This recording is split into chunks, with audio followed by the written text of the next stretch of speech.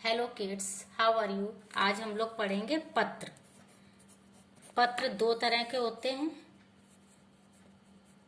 अनौपचारिक और औपचारिक। अनौपचारिक पत्र जो रिश्तेदारों को लिखते हैं, मित्रों को, और औपचारिक पत्र प्रधानाचार्य को या आवेदन करने के लिए, यानी कहीं पे किसी पोस्ट के लिए अप्लाई करने के लिए, जैसे बैंक में, किताबें मंगाने के लिए।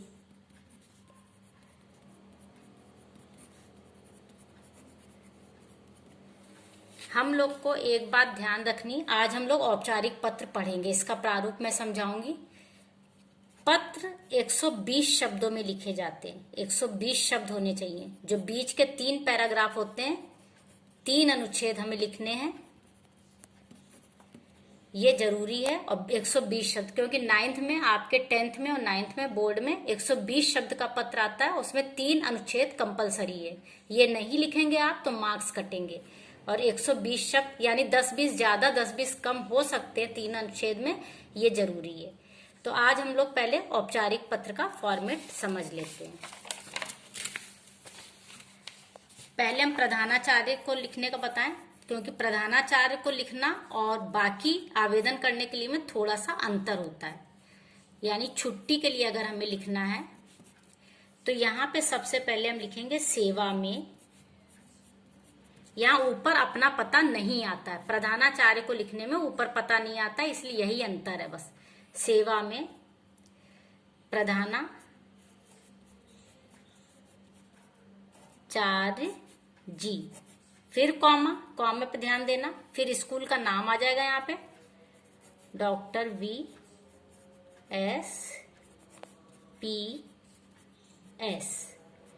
फिर यहाँ पे कैंट लिख दीजिए और फिर कानपुर, और लास्ट में लग गया पूर्ण विराम।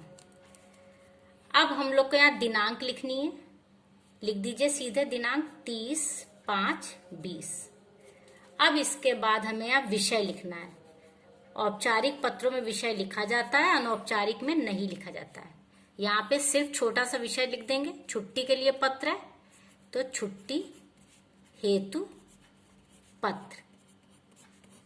इसके बाद हम लोग लिखेंगे, प्रधानाचार्य जी को लिख रहे हैं और तुम्हारे यहाँ लेडी प्रिंसिपल है तो यहाँ प्रधानाचार्य जी कर दीजिए। और यहाँ लिखिए माननीय महोदया, कॉमा लगा दीजिए। अब आपका यहाँ से पहला पैराग्राफ शुरू होगा।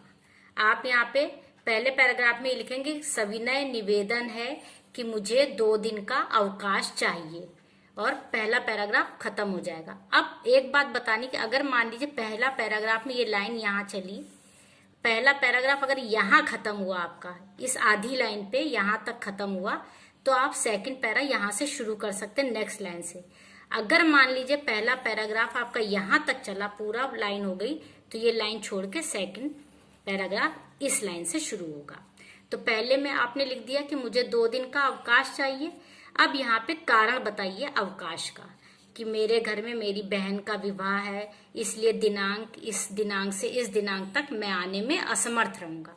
फिर आप तीसरे पैरा में लिखिए कि कृपया मुझे 2 दिन का अवकाश देने की कृपा करें, मैं आपका आभारी रहूंगा। इस तरह ये 3 पैराग्राफ लिखना जरूरी है। और इन 3 पैराग्राफों में 120 शब्द होने चाहिए। 10 कम 10 ज्यादा हो सकते, 130 हो सकते या 115 भी हो सकते, वो चलता है। इसके बाद आप यहाँ पे लिखेंगे लास्ट पैराग्राफ के बाद सधन्यवाद। धन्यवाद के बाद आप लिखेंगे, क्योंकि आप छात्र हैं, स्कूल को लिख रहे हैं, तो लिखेंगे आपका आज्ञाकारी शिष्य। लड़कियां क्या लिखेंगी, आपकी आज्ञाकारी कारिणी शिष्या। इसके बाद यहाँ पे ये शिष्य शिष्या लिखने के बाद जो भी हो उसका नाम यहाँ पे आ जाएगा। जो भी जिसका, मान लीजिए किसी का अनुष्का नाम है तो वो लिख देगा, किसी का राम नाम है तो वो लिख देगा, और नीचे कक्षा और वर्ग। यहाँ पे कक्षा और वर्ग नाम नहीं लिखना, नाम तो नाम ही लिखना है, नाम हेडिंग नहीं लिखना है। कक्षा वर्ग 8 ऐसे लिखना है। तो ये प्रधानाचार्य को इस तरह से पत्र लिखते हैं। ये इसलिए बताया है कि प्रधानाचार्य के पत्र में ऊपर हम अपना एड्रेस नहीं लिखते हैं, बाकी कोई भी हम औपचारिक पत्र लिखेंगे उसमें पहले अपना एड्रेस लिखेंगे। मान लीजिए डाकिया डाक सही से नहीं लाता है, डाकिया की शिकायत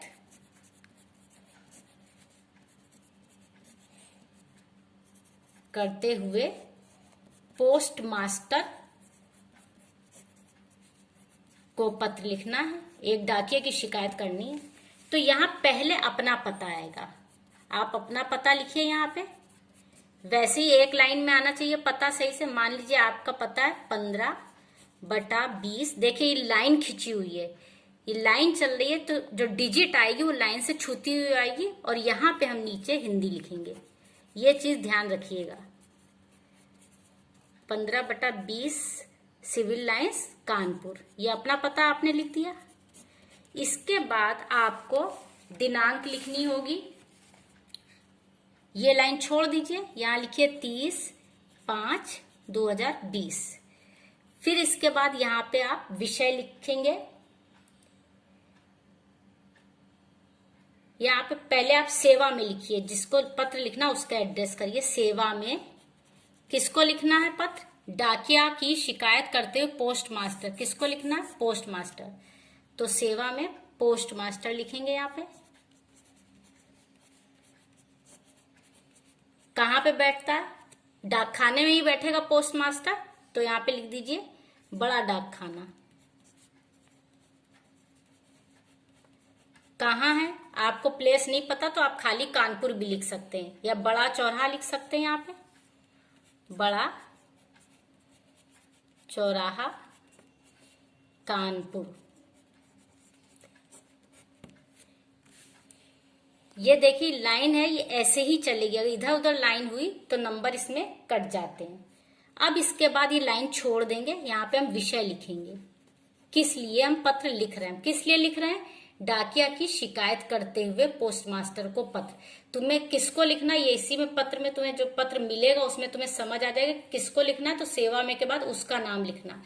फिर विषय में क्या लिखोगे? जो भी उन्होंने विषय दिया, डाकिया की शिकायत करते हुए पत्र, तो यहाँ लिखो डाकिये की